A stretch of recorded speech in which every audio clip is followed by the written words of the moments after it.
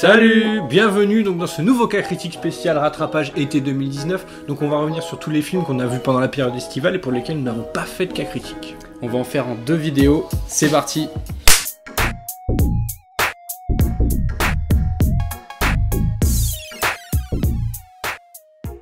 Et on commence tout de suite avec le mois de juin.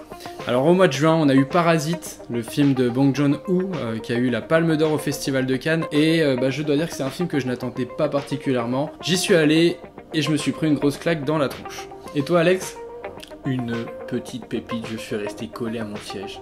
Du début à la fin. Parasite, c'est l'histoire d'une famille de Coréens qui cherchent désespérément du travail et qui vont mettre au point un stratagème pour en trouver auprès d'une famille d'aristocrates. Et au fur et à mesure du film, on croit que le film va prendre une tournure spéciale et il nous prend un petit peu de revers et il y a plein de genres différents. C'est à la fois une comédie noire, un thriller, bref, un grand moment de cinéma pour moi et un des meilleurs films que j'ai vu cette année.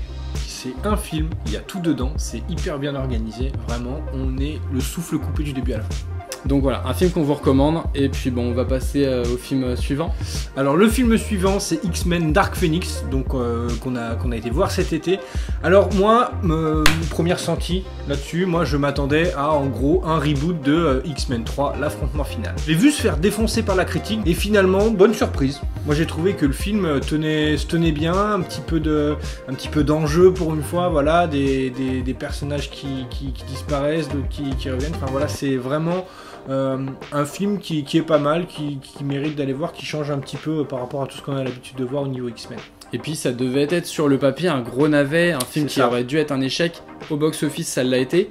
C'est vrai que mois de mai, mois de juin, on a eu quand même la bérésina de flop entre Godzilla 2, Man in Black International, là avec X-Men Dark Phoenix. Et c'est vrai que ça sentait pas bon. Et finalement, on va dire que c'est pas une grande surprise. Mais c'est pas non plus un échec, c'est un film qui se regarde.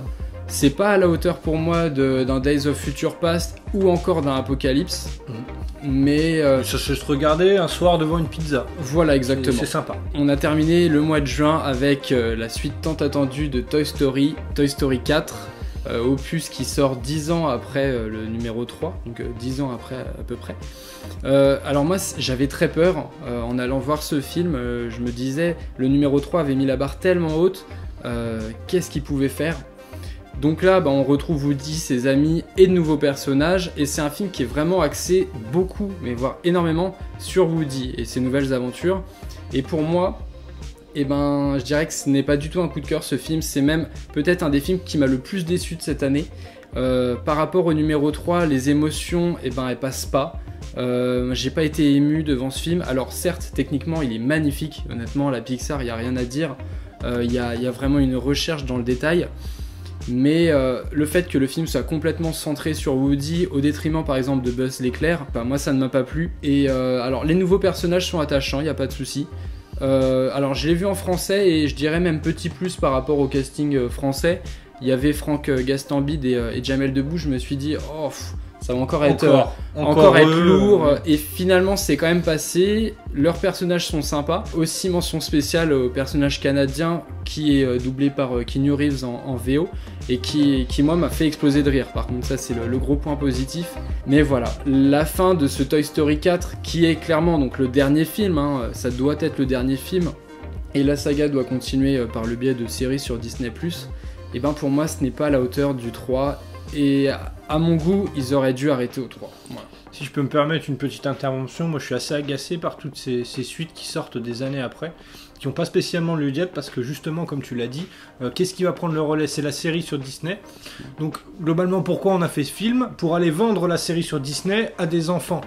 Et je trouve que à force de faire des films à but commercial, faire tous les grands classiques de Disney en film, tout ça pour accrocher les enfants et revendre en fait des jeux ou des goodies à l'image des licences, je trouve que c'est assez agaçant et ça devient très lourd. A noter aussi que j'ai eu la chance de regarder Aladdin, le film de Guy Ritchie, donc on ne devait pas trop en parler mais c'est l'occasion. Que dire, Guy Ritchie avec sa caméra, moi je me dis il est capable de nous faire des films d'action punchy tels du Sherlock Holmes. Et là, Aladdin, bah, c'est pareil, c'est comme l'était Cendrillon, La Belle et la Bête, Le Livre de la Jungle. Ça n'apporte rien, et je dirais que c'est même un petit peu gênant à regarder, quoi, parce que essayer de transcrire de l'animation à l'écran en version réelle, bah moi ça prend pas. Et les nouvelles chansons qui ont été ajoutées dans Aladdin, je trouve que c'est une horreur qui n'apporte strictement rien de plus au film, quoi. En fait, moi, la seule chose qui me fait plaisir avec ce film, c'est juste de revoir un petit peu Will Smith sur le devant de la scène avec des rôles de premier plan et qui pourraient peut-être lui redonner un petit souffle à sa carrière. Moi, c'est le point positif. Will Smith qui au final tient le film. Sans Will Smith, je pense que le film aurait c'était été la tête encore d'affiche. pire, quoi. C'est ça. Alors donc ça, c'était notre vidéo spéciale mois de juin. Vous allez prochainement avoir sur la chaîne une vidéo qui se concentrera sur les films sortis au mois de juillet et au mois d'août. Alors, est-ce qu'il y a eu son lot de pépites ou de nanars? On verra ça très prochainement. En attendant, on vous dit à bientôt sur la chaîne. Passez une bonne journée. Salut. Salut.